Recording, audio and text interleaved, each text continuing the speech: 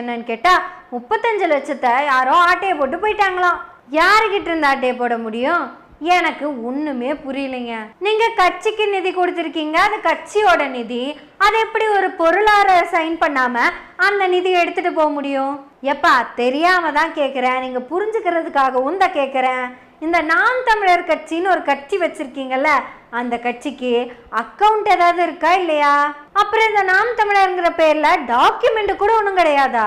அட இந்த நாம் தமிழர்ங்கிற பேரை எங்க தான் ரெஜிஸ்டர் பண்ணிருக்கீங்க அதை சொல்லுங்க.